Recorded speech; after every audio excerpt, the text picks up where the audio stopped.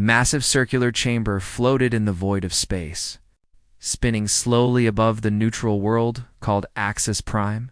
Inside, representatives from 47 different alien civilizations sat in their designated sections. Their various forms adapted to different atmospheres and gravity levels through advanced technology. The emergency lights bathed everything in a harsh white glow that made the tension in the room feel even heavier. Ambassador Valthara stood at the central podium, her three eyes scanning the assembled crowd. She was from the Kryn Dominion, one of the oldest and most respected species in the galaxy. Her blue skin had turned slightly purple, a sign of stress that everyone in the chamber could recognize. She had called this emergency session, and now every eye and sensory organ was focused on her. 3 months ago, humanity stopped talking to us, she began. Her voice amplified through the translation systems that turned her words into sounds and signals each species could understand. Not just reduced communication, complete silence. Every human ship, every human station, every human colony has gone dark to all external contact. A ripple of concerned sounds moved through the chamber. Some representatives had heard rumors, but this was the first official confirmation. Valthara brought up a holographic display that showed human-controlled space, 17 star systems marked in red. Each one showed the same status: borders closed, communications severed, all traffic turned away. We sent trade ships to their worlds. The humans met them at the edge of their systems and turned them away without explanation.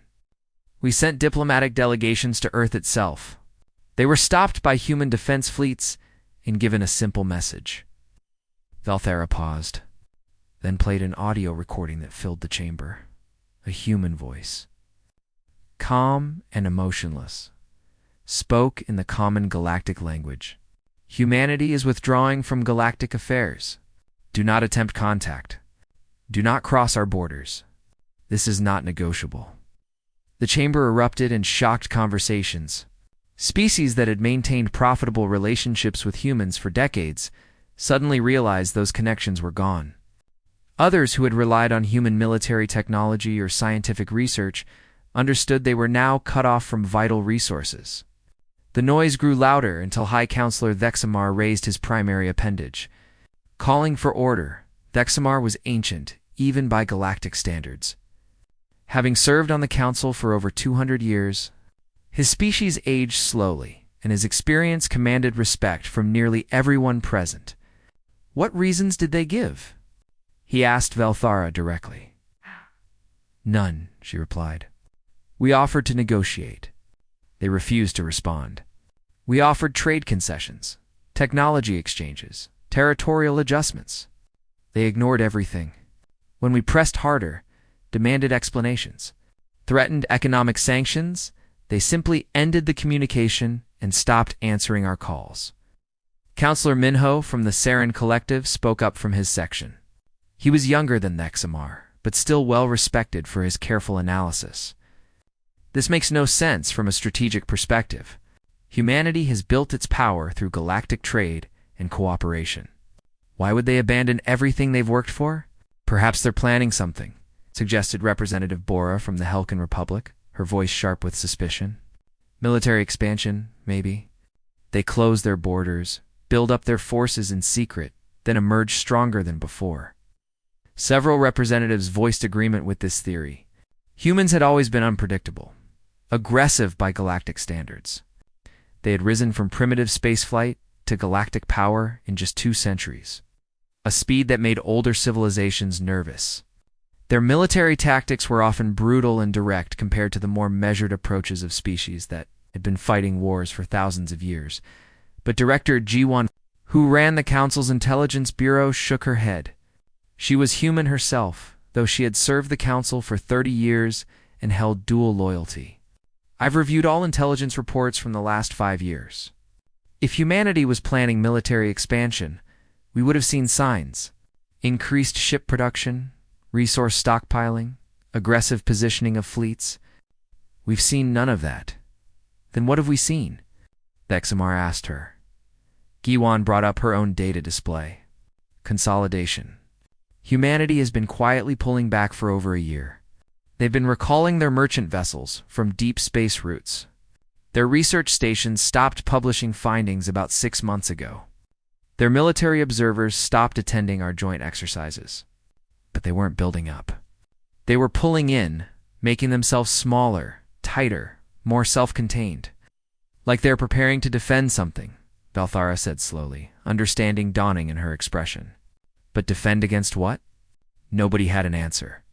The chamber fell into an uncomfortable silence as representatives considered the implications. If humanity was defending against a threat, why hadn't they shared that information with the Council? The whole purpose of the Galactic Alliance was mutual defense and cooperation against common dangers. Commander Sunhei, the ranking military officer present, stood from her section. She was from the Corvan Unity, a species known for their strategic thinking. I propose we send a military delegation to human space, not to threaten, but to demonstrate we take this situation seriously. Perhaps they'll respond to a show of strength where they ignored diplomatic overtures. Several voices immediately objected. That could start a war, someone shouted. Humanity has the third largest fleet in known space, another added. We can't afford conflict with them. Thexamar raised his appendage again. We will not use military pressure, not yet. But we also cannot simply accept this situation. Humanity controls key trade routes, strategic systems, and defensive positions that affect the entire galactic community. Their withdrawal creates instability. He looked around the chamber, his ancient eyes taking in every face. I'm establishing a special committee to investigate this matter. Director Giwan will lead intelligence gathering. Commander Sunhei will assess military implications. Ambassador Valthera will continue attempting diplomatic contact. We will discover why humanity has chosen isolation and convince them to reconsider. And if they won't reconsider? Asked Representative Bora, her tone skeptical. Dexamar was quiet for a moment. Then he said something that sent a chill through many of those present. Then we must accept that humanity has decided we are not worth their time. And we must ask ourselves what that means for the future of this council. The session ended with that uncomfortable thought hanging in the air. As representatives filed out of the chamber, returning to their ships and their homeworlds, a sense of unease followed them. For 12,000 years, the Galactic Council had been the center of civilized space, the authority that managed conflicts and coordinated cooperation among the stars, but now one species, relatively young and unpredictable, had simply walked away. They hadn't asked for permission. They hadn't negotiated terms. They had just closed their doors and stopped caring what the council thought about it, and perhaps most troubling of all, nobody could figure out why Director Ji-Wan sat in her office deep within the Intelligence Bureau's headquarters, surrounded by holographic displays showing data from across the galaxy. She had barely slept in the 2 weeks since the Emergency Council session. Her team of analysts worked around the clock, searching through 5 years of records, communications, and observations trying to understand why humanity had suddenly isolated itself. The coffee in her cup had gone cold hours ago, but she drank it anyway. Human habits died hard, even after 30 years working for aliens who found the beverage disgusting. She rubbed her eyes and focused on the timeline her team had constructed. It was starting to tell a story, but not the one she had expected. Director, called Taiwan, her senior analyst. He was human too, young and brilliant, recruited straight from Earth's top intelligence academy before the borders closed. I found something in the trade records. Look at this pattern. Giwan moved to his station and studied the data he had pulled up. It showed human merchant vessel movements over the past 3 years. At first glance, it looked normal, but Taiwan highlighted specific routes. See these deep space expeditions? Human ships were mapping systems way beyond Council territory. Not just exploring. Systematic, thorough mapping, like they were planning something. Planning colonies, Juan asked. Maybe, but look at what they were mapping. Resource-rich systems. Yes. But also systems with unusual stellar formations, strange energy readings, unexplained phenomena. They were looking for something specific. Guan felt a chill run down her spine. She pulled up another file, one that showed human research publications. For decades, human scientists had eagerly shared their findings with the galactic community. It was one of the ways humanity had earned respect so quickly. Their fresh perspectives on old problems often led to breakthroughs. But starting about 18 months ago, those publications had slowed, then stopped. They found something, she said quietly. Something they decided not to share. Over the next few days, Ji-won's team uncovered more pieces. Human military observers had stopped attending joint defense exercises. But not because they were reducing military cooperation. They had started running their own exercises. Massive. Coordinated drills that practiced tactics the Council had never seen before. Defensive tactics, not offensive ones. Human diplomatic proposals to the Council showed another pattern.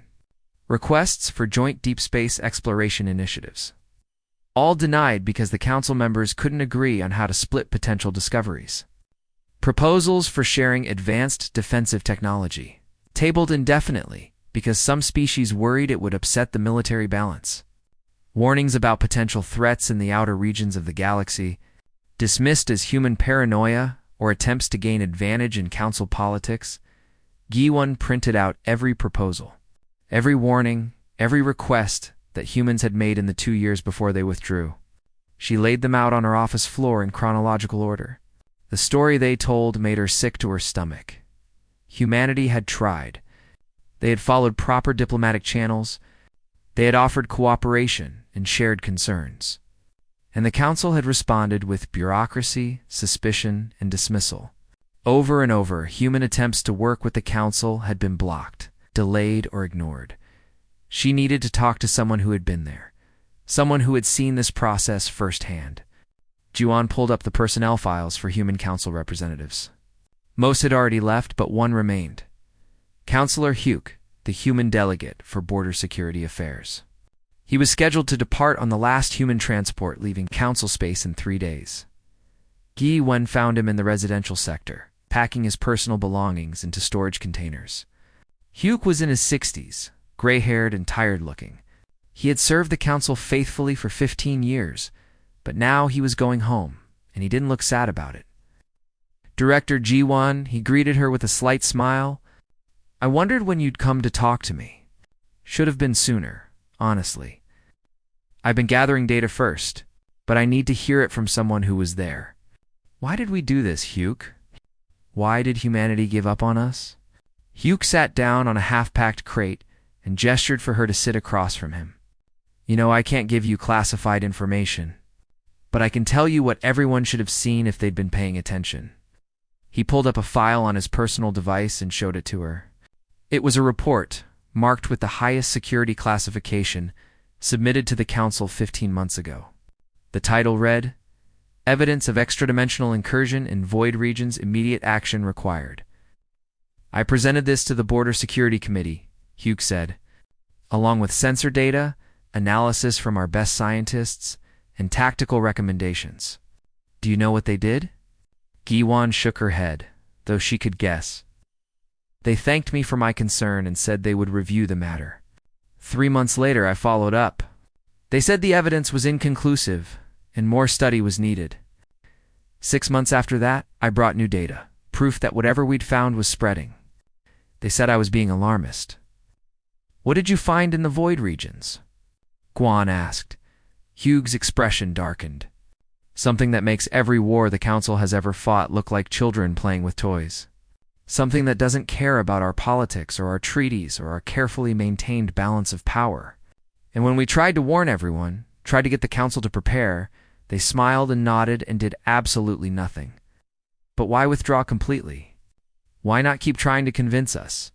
"Because," Hyuk said, standing up and returning to his packing, "humanity learned something important.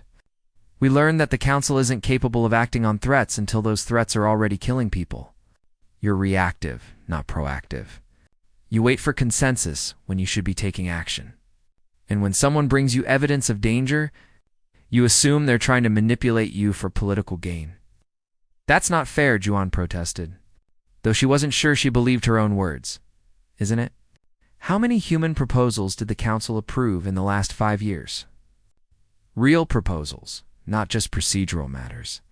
How many times did a human representative bring a concern to the council and have it addressed within a reasonable time frame?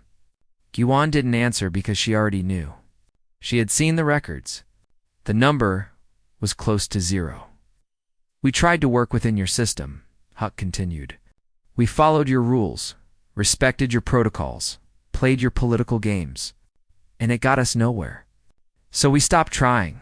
We went home, sealed our borders, and started preparing for what's coming based on our own judgment instead of waiting for council approval that would never arrive. What's coming? Yuan pressed. If you tell me I can take it to Vexamar directly. He listens to me. Huck looked at her with something like pity. If the council wouldn't listen when we offered information freely, with evidence and analysis and recommendations, why would they believe anything now? They'll think it's a trick, a ploy to regain influence. They'll form a committee to study our claims. They'll debate and discuss and delay until it's too late. He picked up his last container and headed toward the door. You'll find out soon enough, Yuan. Everyone will. And when it happens, remember that humans tried to warn you. We did everything right according to your rules. It just turned out your rules weren't designed to handle real problems. Yuan watched him leave, her mind racing. She returned to her office and spent the night writing a comprehensive report.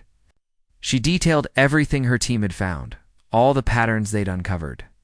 In her conclusion, humanity had withdrawn not out of anger or ambition, but because they had lost faith in the Council's ability to function when it mattered most.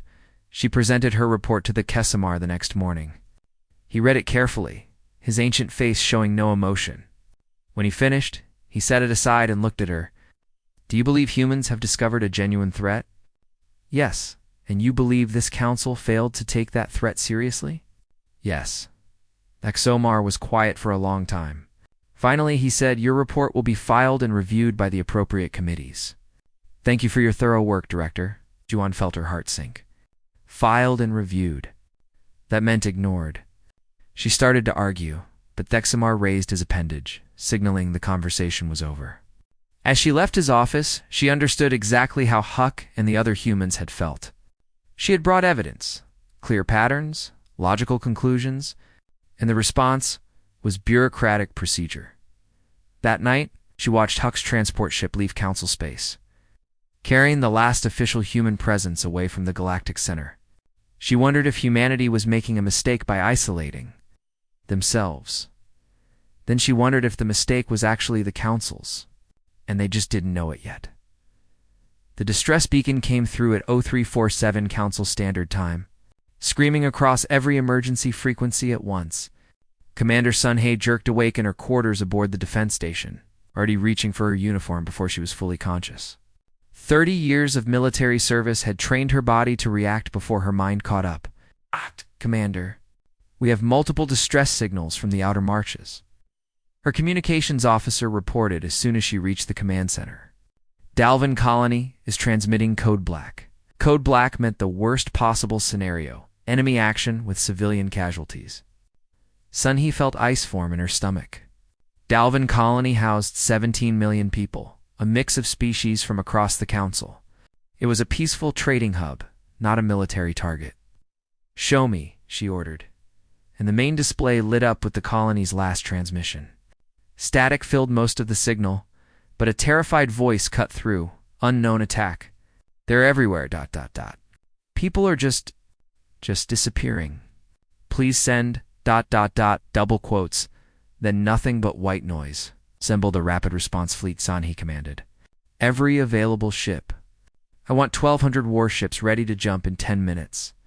Send word to Council headquarters. We're going in. Within 8 minutes, the fleet had formed up. Ships from 24 different species, all painted in Council defense colors. All ready to face whatever threat had attacked Dalvin. Sunhee stood on the bridge of her flagship, watching the countdown to faster-than-light jump. She had fought pirates, put down rebellions, defended borders against aggressive neighbors. She had never lost a battle. The fleet jumped, space warping around them as they crossed dozens of light years in seconds. They emerged at the edge of the Dalvin system, weapons charged and shields at maximum. Sun-Hee expected to find enemy ships, wreckage, some sign of battle. Instead, she found silence. Scanning the colony, her tactical officer reported, "All infrastructure intact. Power grids functional. Atmosphere stable. No weapons fire detected. No enemy vessels present. Life signs." Sun-Hee asked, though she already knew the answer from the officer's expression. "None, Commander. There are no life signs anywhere in the colony. 17 million people, and not a single living organism. Even the pets and livestock are gone." Sun-Hee ordered a closer approach. Her ship, along with a dozen others, moved into orbit around the colony world. Visual feeds showed cities with lights still burning, vehicles parked in streets, doors standing open. Everything looked normal except for the complete absence of any living thing. Send down investigation teams. Full hazmat protocols. I want to know what happened. Before the teams could launch, another distress beacon activated. Then another. Then 5 more at once. Across 100 light-years of space, colonies were reporting the same thing. Populations vanishing without explanation or warning. Sun-Hee felt fear, real fear, for the first time in decades. This wasn't an enemy she could fight. This was something she didn't understand, couldn't predict, couldn't defend against. Her ships could destroy planets if needed, but what good were weapons when there was nothing to shoot at? "Commander," her intelligence officer called out, "we're receiving a broadcast. It's on all frequencies, every channel, being transmitted from human space. Put it on screen." The display changed, showing a human woman in military uniform. She looked exhausted, like she hadn't slept in days, but her voice was steady and professional. "This message is for all Council forces currently responding to disappearances in the outer marches. You are facing an enemy called the Devourers. They are extra-dimensional entities that consume biological matter at the quantum level. Conventional weapons are ineffective. Standard defensive strategies will fail." The human officer brought up technical specifications, tactical data, 3-dimensional models of something that looked like it shouldn't exist in normal space. The Devourers open rifts between dimensions. They target population centers because biological matter attracts them.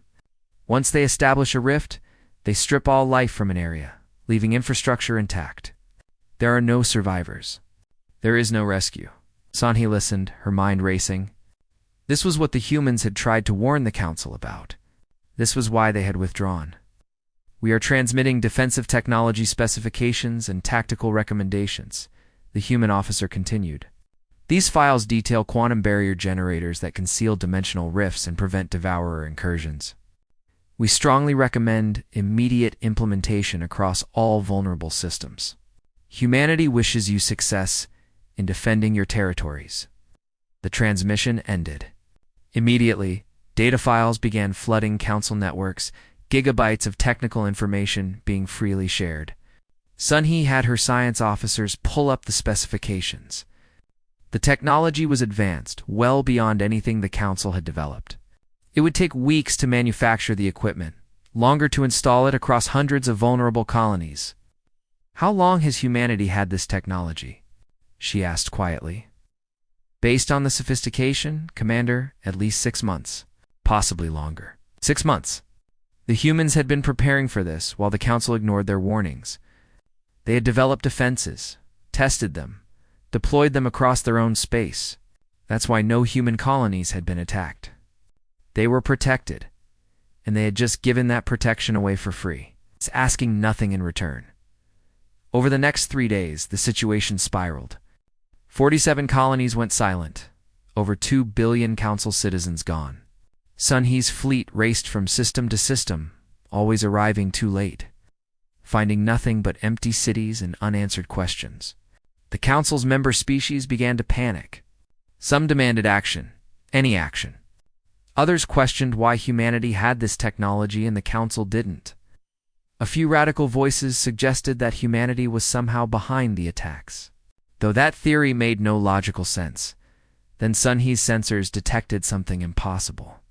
At the border between Council space and human territory, her ships observed a battle. Human warships engaging... something. The visual feeds showed distortions in space, rifts opening like wounds in reality, and human weapons firing specialized munitions that seemed to seal those rifts. The humans were winning. They're not just defending themselves, her tactical officer observed, watching the engagement. That battle is happening in the buffer zone, technically neutral space. They're defending systems that aren't even theirs. Son, he understood what she was seeing. Human forces were fighting to protect Council territories, even though the Council had spent months refusing to speak with them. They were spending resources, risking lives, defending populations that belonged to governments that had dismissed their warnings as paranoia or manipulation. Get me a secure channel to Council headquarters, Sunhei ordered. High priority. I need to speak with Thexamar directly. When the connection was established, she didn't waste time with formalities. Counselor, humanity was right about everything. They discovered this threat. They tried to warn us and we ignored them. Now they're fighting to protect our borders while our forces can barely understand what we're facing. We need to admit our mistake and ask for their help. There was a long pause before the Thexamar responded. Commander, the Council is discussing the situation. A decision will be made through proper channels. People are dying while we discuss. Sun-Hee shot back, her usual deference to civilian authority forgotten in the face of crisis. Every hour we delay, more colonies fall. The humans have the technology and the knowledge to stop this. We need it now, not after committees debate and species argue about political implications. I understand your frustration, Thexamar said, his ancient voice tired. But the Council must maintain its authority and dignity. We cannot simply beg humanity for help, like desperate children. Sun-Hee looked at the display showing another colony going dark. Another 17 million people vanishing into whatever hell the Devourers represented. She thought about pride and dignity, about political authority and bureaucratic procedure. Then she thought about her oath to protect Council citizens. With respect, Counselor, I don't care about dignity. I care about saving lives. If the Council won't ask humanity for help, then individual species will start negotiating on their own. You'll have 47 separate agreements instead of one unified response. The Council's authority will shatter anyway, but billions will die first. She cut the transmission before he could respond. It was insubordination, possibly career-ending, but she didn't care. Sun-Hee had spent 3 decades following orders and respecting the chain of command. But she had also sworn to protect people, and right now those two duties were in conflict. She looked at her assembled officers, beings from a dozen different species who had all heard her conversation with the High Counselor. Prepare detailed reports on everything we've observed about the Devourers and humanity's response. Send copies to your home governance. Let them decide if they want to wait for the Council's official decision or act on their own. Within hours, the reports spread across Council space. Species leaders received first-hand accounts from military officers they trusted. Detailed analysis that made clear the scale of the crisis and the solution that humans had already developed. Political pressure began building on the Council from every direction, and in the quiet of her ready room, Sun-Hee accessed the human tactical data one more time. She studied their defensive technologies, their strategies, their clear understanding of an enemy the Council had been completely unprepared for. The humans had tried to share this knowledge months ago through proper diplomatic channels. The Council had said no. Now people were dying because pride mattered more than preparation. High Counselor. Thexamar had not slept properly in 11 days. His species could survive on minimal rest for extended periods, but even he had limits. The emergency meetings never seemed to end, each one more desperate than the last. Representatives shouted at each other while colonies died.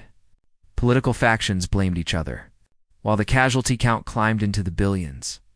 The Council chamber that had once been a symbol of galactic unity now felt like a cage full of frightened animals. Must negotiate with humanity immediately. Ambassador Velthara was arguing, her 3 eyes wide with urgency. Every day we delay costs more lives. Pride is a luxury we can no longer afford, and show the entire galaxy that the Council is powerless. Representative Bora shot back. That we need humans to save us? It would destroy our authority permanently. What authority? Commander Sunhei's voice cut through the argument like a blade.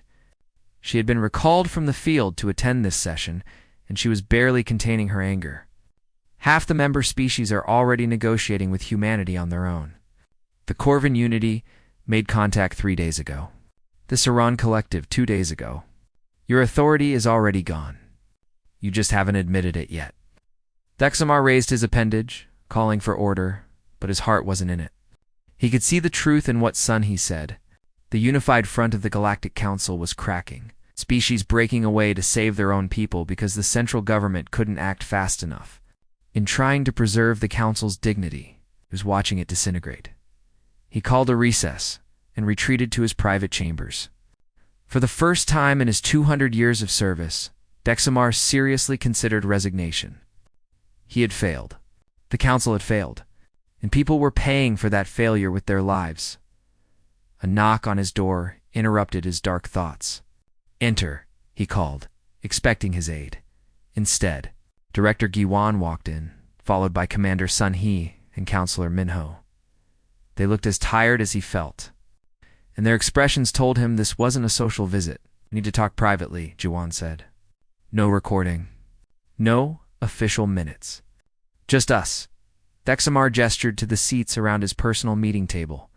This small room had seen countless informal discussions over the decades. The real conversations that happened away from the Grand Chamber's political theater. Speak freely. Jiwan pulled up a holographic display showing the latest casualty figures. 47 colonies lost. 2.3 billion citizens dead.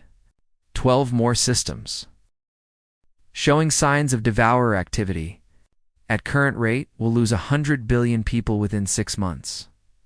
"I'm aware," Dexamar said quietly. "Then you're also aware that humanity is stopping the devourers at every engagement. Their defensive technology works. Their tactics work. Their forces have secured 15 systems that would have otherwise been lost. They're saving millions of lives, including Council citizens, without asking for anything in return. What do you want me to do?" Dexamar asked, hearing the defeat in his own voice. "The Council won't agree to terms. Every species wants different concessions. Some want territorial adjustments. Others want trade advantages. A few want humanity punished for their isolation. We can't reach consensus." Counselor Minho leaned forward, his old eyes sharp, despite his exhaustion. "That's because you're still thinking about this as a negotiation. It's not. Negotiations happen between parties that both have something the other wants. We have nothing humanity needs. They're self-sufficient. They've proven they don't care about Council approval or galactic politics. They've withdrawn completely and are clearly fine with that arrangement. Then how do we get their help?" "We stop negotiating," Minho said simply. "We capitulate." The word hung in the air like a curse. Dexamar felt his heart sink. "You're asking me to surrender the Council's sovereignty?" "I'm asking you to admit the truth," Minho replied. "We failed. We had warnings, and we ignored them. We had opportunities to prepare, and we squandered them.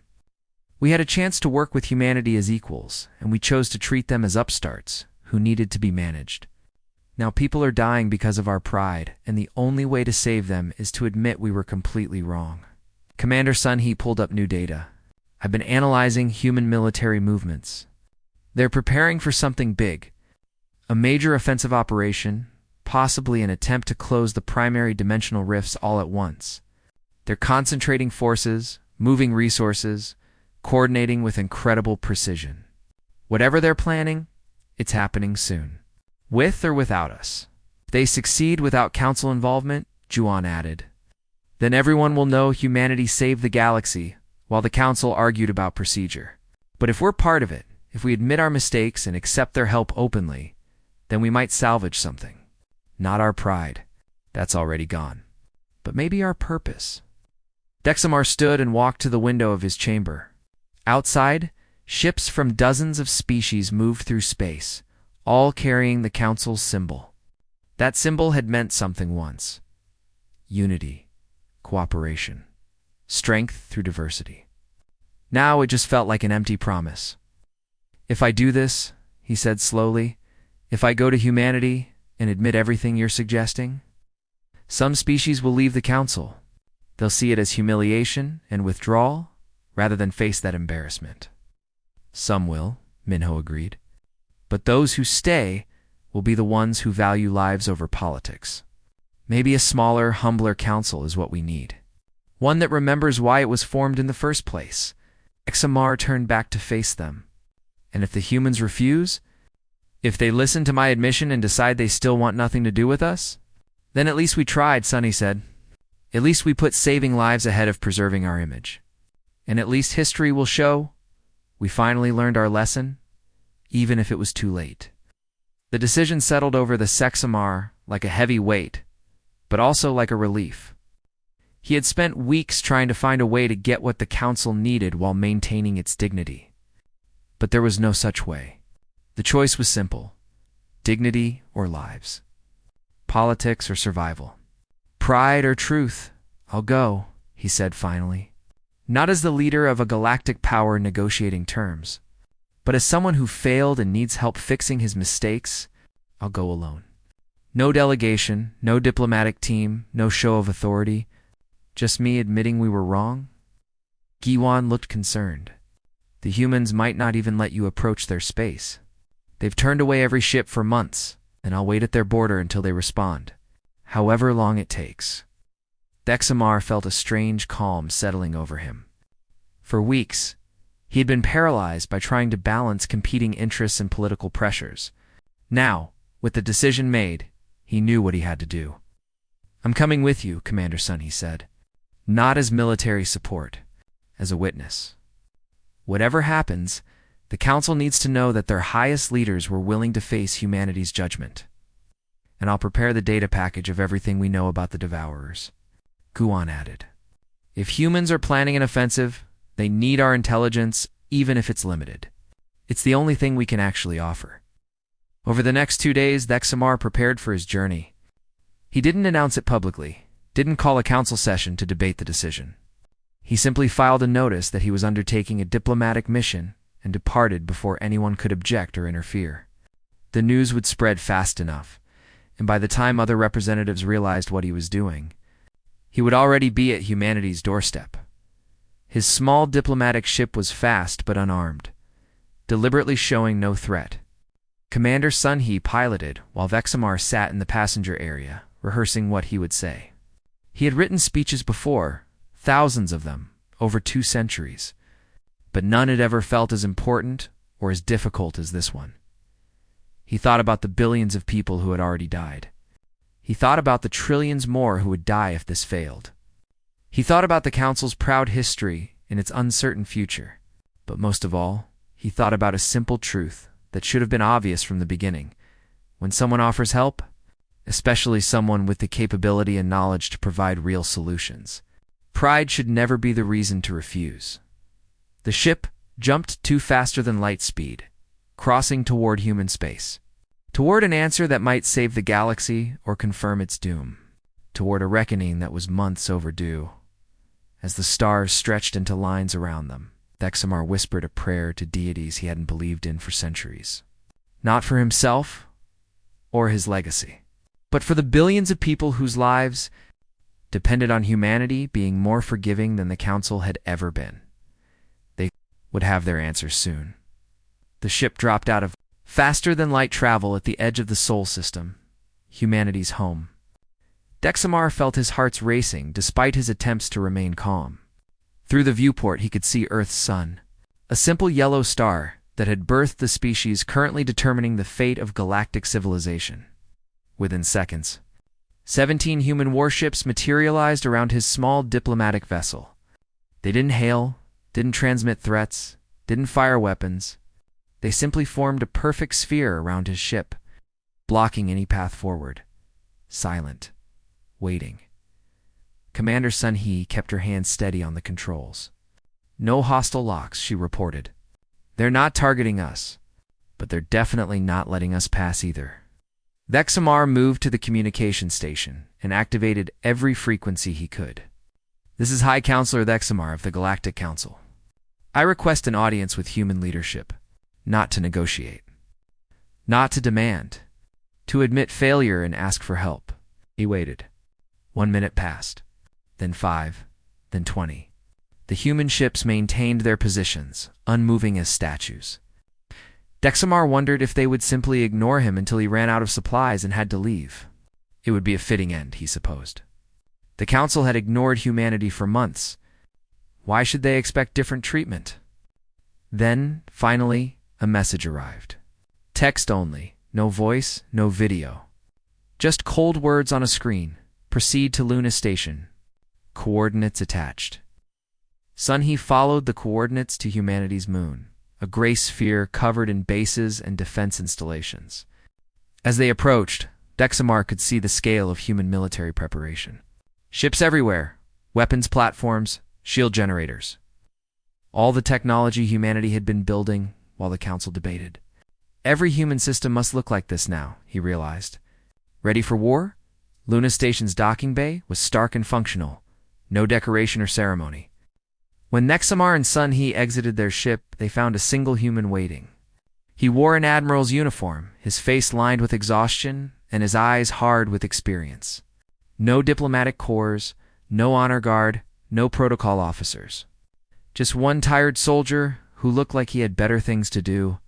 "I'm Admiral Doyen," the human said in perfect Council standard language. "Commander of Human Defense Forces. You have 15 minutes. No greeting. No offer of food or rest after their journey. No diplomatic niceties at all." Dexamar had attended thousands of formal meetings where the first hour was spent on ritual and courtesy. This brutal efficiency was shocking and somehow fitting. "Thank you for seeing me," Dexamar began, abandoning the carefully prepared speech he'd written. This situation called for truth, not rhetoric. The Council was wrong. We didn't listen when we should have. We dismissed your warnings because we couldn't imagine that humans, a relatively young species, might understand threats better than civilizations that have navigated space for thousands of years. Our pride has cost billions of lives. We're asking for help, not because we deserve it, but because our citizens deserve to live. Doyen's expression didn't change. You want our defensive technology? Our tactical data? Our military support? Yes. In exchange for what? Whatever you ask? Doyen was quiet for a moment, studying Dexamar with those tired eyes. "We don't want anything from the Council. We stopped expecting anything from you months ago." Dexamar felt the weight of failure settle even heavier on his shoulders. They had come all this way, admitted everything, and humanity still didn't care. But then Doyen continued. "However, there are 3 billion humans living in Council space who can't get home because you've designated our transports as potential military threats. There are 12 human research stations in neutral zones that your patrols have been harassing. And there are 17 human colonies on worlds we jointly administered that you've been trying to seize now that you think we're not watching." The accusations hit like physical blows. Dexamar hadn't known about some of these incidents, but he should have. While the Council had been refusing to speak with humanity, individual species and local authorities had been treating human citizens as enemies or abandoned property.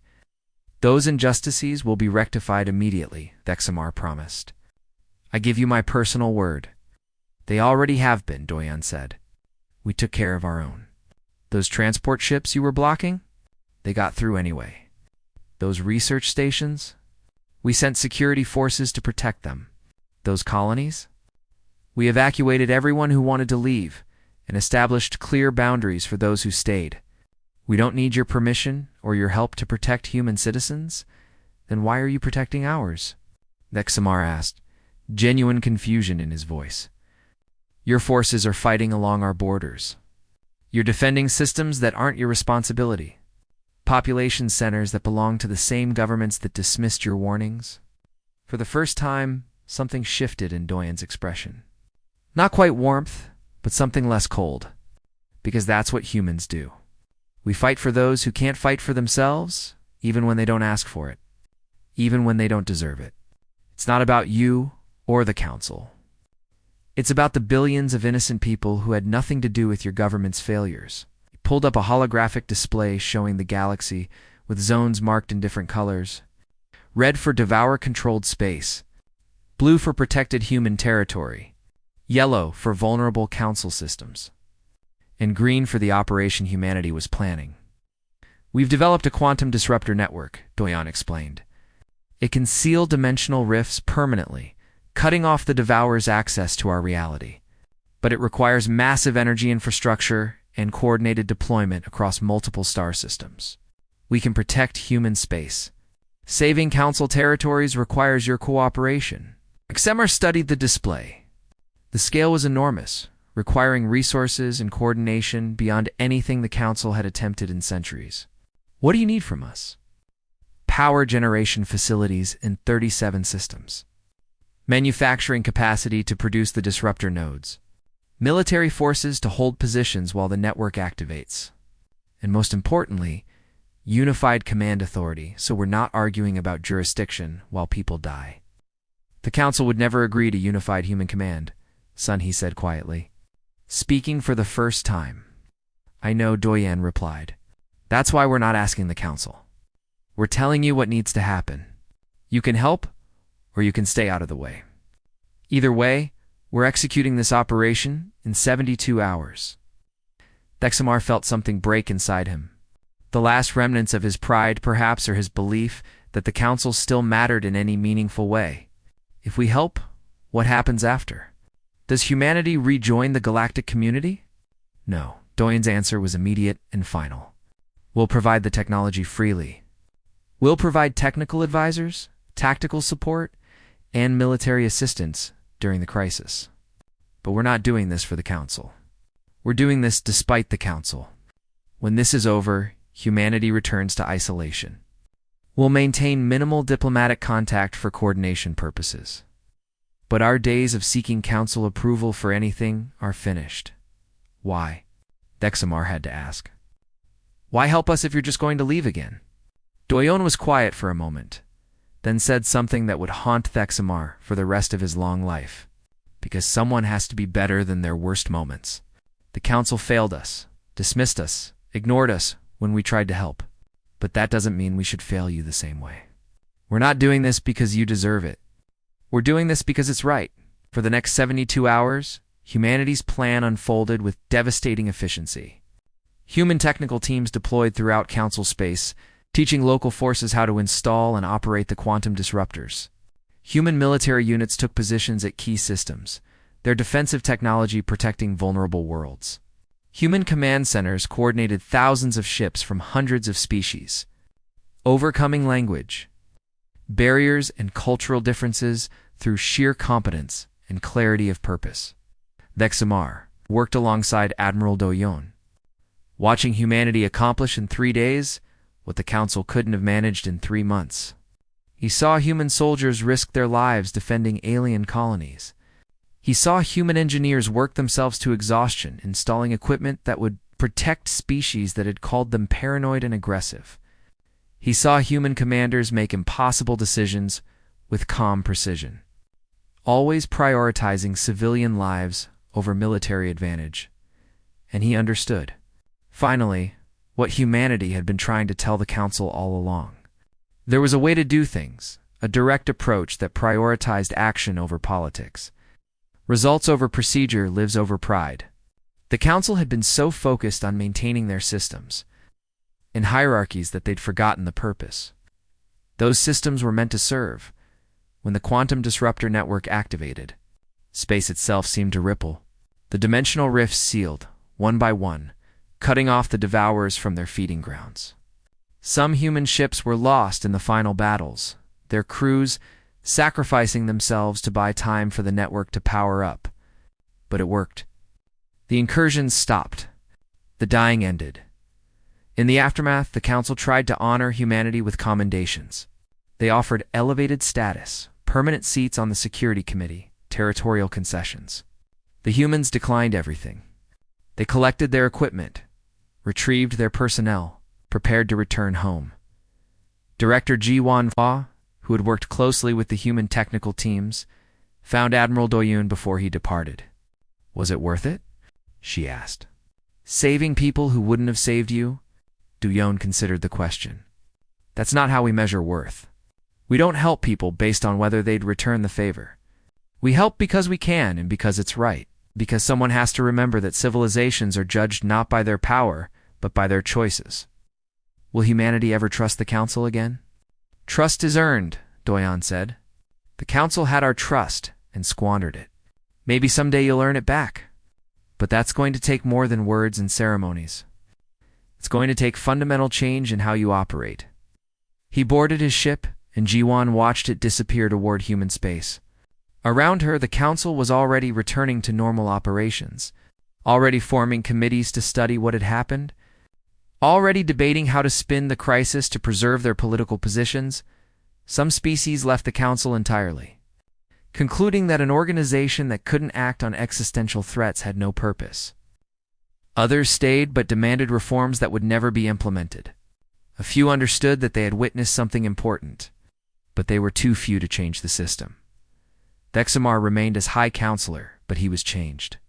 He had seen what effective leadership looked like, and he knew the Council no longer provided it. He spent his remaining years trying to reform the bureaucracy, trying to instill humanity's directness and efficiency into institutions that had grown comfortable with dysfunction.